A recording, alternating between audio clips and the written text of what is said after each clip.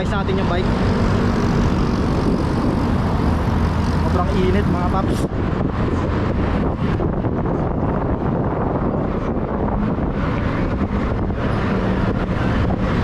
Ang init ng ride na to, kaya nag-rehydrate muna ako dito sa may Philcoa. Hindi ko rin maintindihan yung init kasi yung huling ride namin sa Bulacan ay sobrang ulan. Kaya kung mapapansin nyo sa video na to, iba yung sapatos na suot ko kasi basa pa yung isa. So babalik natin kay Teban yung bike dahil nasira yung pintura. Ayun, clarify ko lang na nasira yung pintura nung nilalagay na yung headset.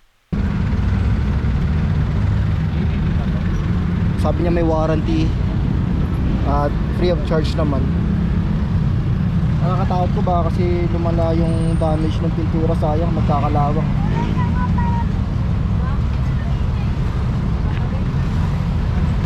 Mapacheck lang natin mula Fairview hanggang Bangkal, Makati. Pahinga muna tayo, grabe init. Edsa na.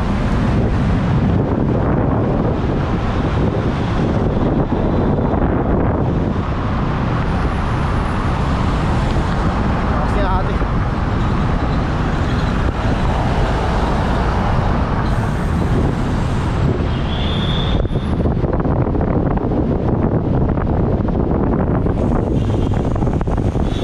Lakas ni Madam. Nakasabay ko siya simula Annapolis, tapos nakausap ko saglit sa may stoplight sa may Ayala. Tapos naghiwalay na kami sa may Magallanes Underpass. Papunta daw siyang libingan ng mga bayani. Hindi ko na nakuha yung pangalan niya, pero shoutout na sa kanya, lakas niya. Buhat bike talaga dito.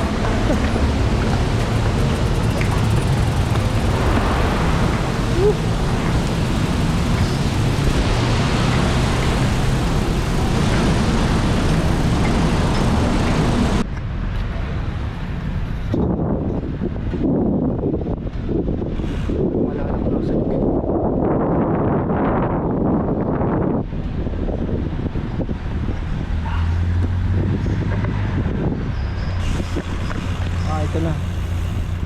Teban nice.